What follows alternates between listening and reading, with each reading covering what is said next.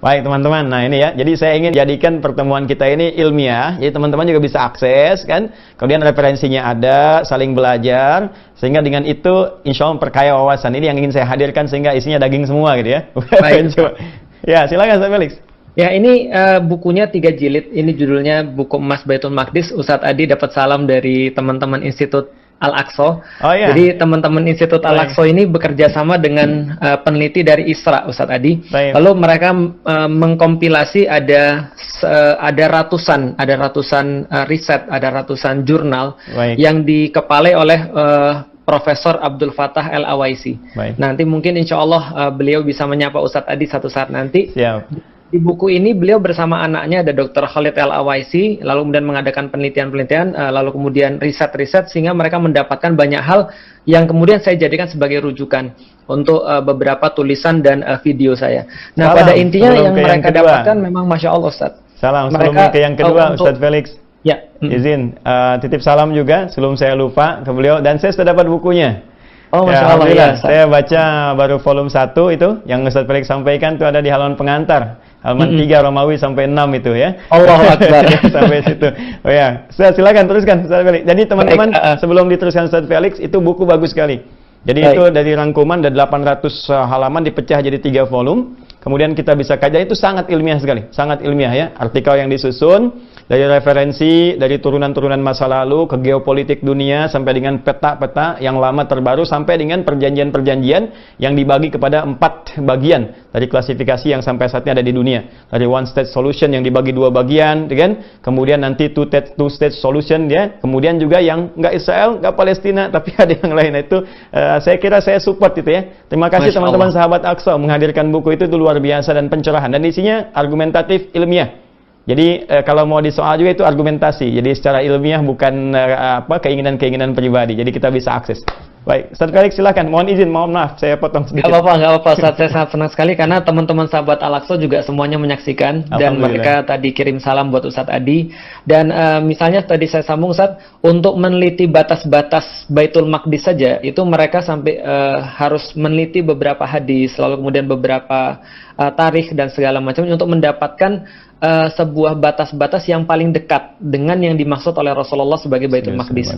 Dan soalan istilah, soalan term juga sangat dibahas, bahwa takrif Baitul Maqdis ini apa. Nah, maka di buku itu juga dijelaskan bahwa takrif Baitul Maqdis itu ada 3. Sehingga ketika kita mengatakan bahwa kita membela Baitul Maqdis, maka Baitul Maqdis mana yang kita maksud? Apakah Baitul Maqdis bil makna Masjidil Aqsa, ataukah Baitul Maqdis bil makna kota yang sekarang disebut dengan Yerusalem, ataukah Ardul Muqaddasah. Nah, maka kemudian saya pikir ini adalah sesuatu yang sangat menarik sekali, karena kita bisa mendapatkan, oh ternyata akar permasalahannya itu adalah akar permasalahan keyakinan, melebihi daripada akar permasalahan kemanusiaan. Nah, karena akar permasalahannya adalah keyakinan, maka Yahudi yang ada di situ, mereka mengatakan bahwa mereka mau gerakan kembali ke tanah Zion setelah mereka di diaspora. Jadi kita sudah memahami bahwa 2 kali itu kota Baitul Maqdis dihancurkan, berikut dengan Masjidil Aqsa itu dihancurkan 2 kali. Maka setelah 2 kali dihancurkan itu, orang-orang Yahudi berpecah kemana-mana. Mereka diusir karena tingkah laku mereka memang, ya mungkin Ustadz Adi yang pasti lebih berhak menjelaskan seperti apa sih kemudian nyebelinnya orang-orang Yahudi ini di dalam Al-Quran itu sendiri. Allah sampai mewakilkan dengan kata-kata Nabi Musa, lima tu'zunani. Kenapa sih kalian tuh begitu mudah untuk menyakiti diri saya sampai sesakit itu?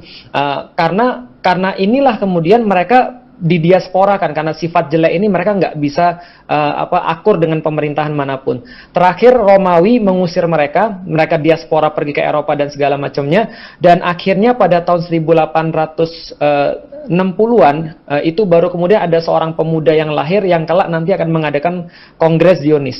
Nah, ini yang kita kenal dengan nama Theodor Herzl. Theodor Herzl bekerja sama dengan seorang bangsawan sekaligus seorang konglomerat dari Inggris namanya Lord Lionel Rothschild, keturunan keluarga yang menggagas sistem perbankan, kayanya luar biasa, sampai sekarang keluarga ini kaya banget, maka mereka bekerja sama. Bagaimana caranya bisa membeli pemukiman di Baitul Maqdis untuk mereka jadikan cikal bakal untuk menubuhkan negara Israel.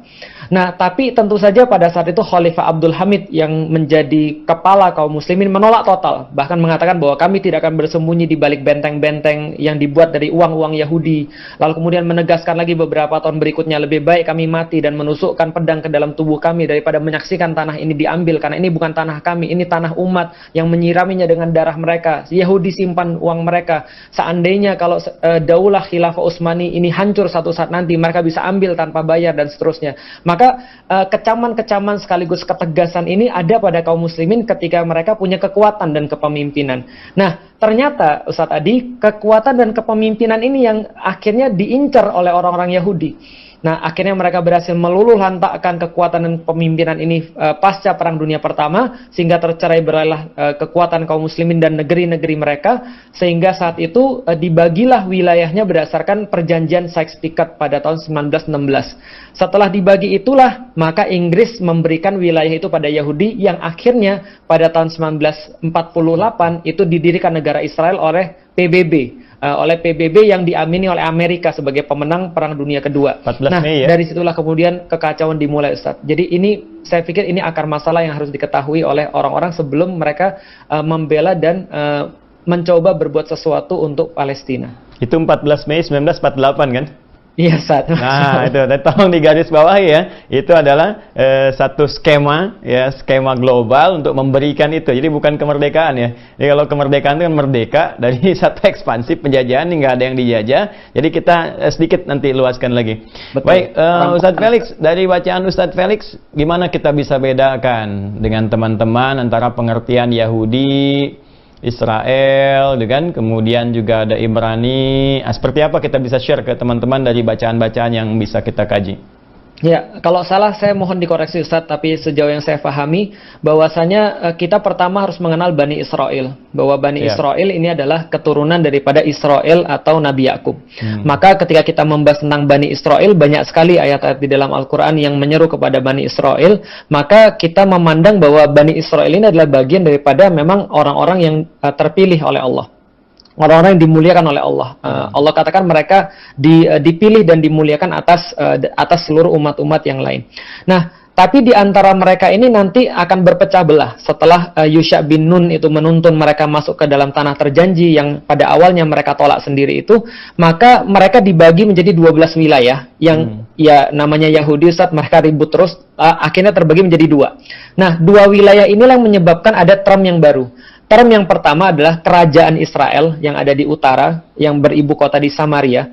Kemudian ada term yang lain lagi, kerajaan Yahudi, yaitu adalah dari kata-kata Yehuda, salah satu anak daripada Nabi Yakub, yang berlokasi di sebelah selatan, beribu kota di Yerusalem. Nah, maka ini sudah ada term yang baru, kerajaan Israel dan kerajaan Yehuda. Dua-dua kerajaan ini akhirnya ditaklukkan oleh Assyria dan Babilonia, lalu kemudian ditaklukkan lagi oleh Romawi, dan akhirnya muncullah gerakan Zion atau Zionis. Nah, bagi saya Yahudi ini diperintahkan di dalam Al-Quran tidak untuk dibenci, Ustaz. Artinya ya Rasulullah juga punya istri daripada orang Yahudi, dan Rasul tidak pernah memerintahkan kita untuk membenci secara langsung pada orang Yahudi. Tapi yang diminta kita untuk dibenci adalah kelakuan-kelakuan atau sifat-sifat Yahudi. Seperti misalnya serakah, pengecut, lalu pembohong, tidak bisa dipercaya, selalu mengambil keuntungan, tidak taat, membunuhi nabi-nabi mereka sendiri, dan seterusnya. Nah, maka ini term sifat Yahudi, bukan orang Yahudi. Adapun Ibrani, ini adalah sebuah bahasa yang mereka gunakan, atau bisa juga digunakan untuk orang-orang yang ada, orang Ibrani atau bahasa Ibrani, yang memang membedakan antara orang Arab dengan mereka, walaupun masih satu rumpun. Jadi kalau misalnya lebih praktisnya lagi, kalau kita sebut Israel yang sekarang, berarti ini reverse-nya kepada negara penjajah tadi, bukan kepada Bani Israel. Tapi kalau kita sebut Yahudi, nah kita juga reverse-nya pada sifat-sifat orang-orang ini, tapi kita tidak membenci Yahudinya itu sendiri. Baik, boleh kita compare, Ustaz Felix?